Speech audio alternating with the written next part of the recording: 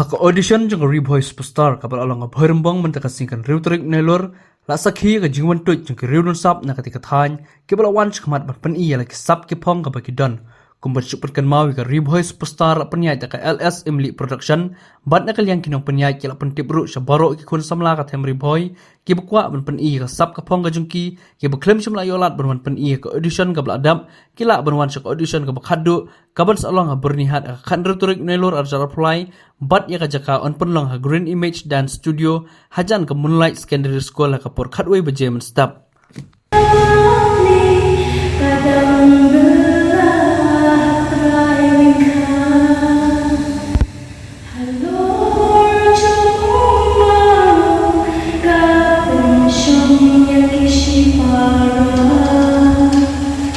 Karena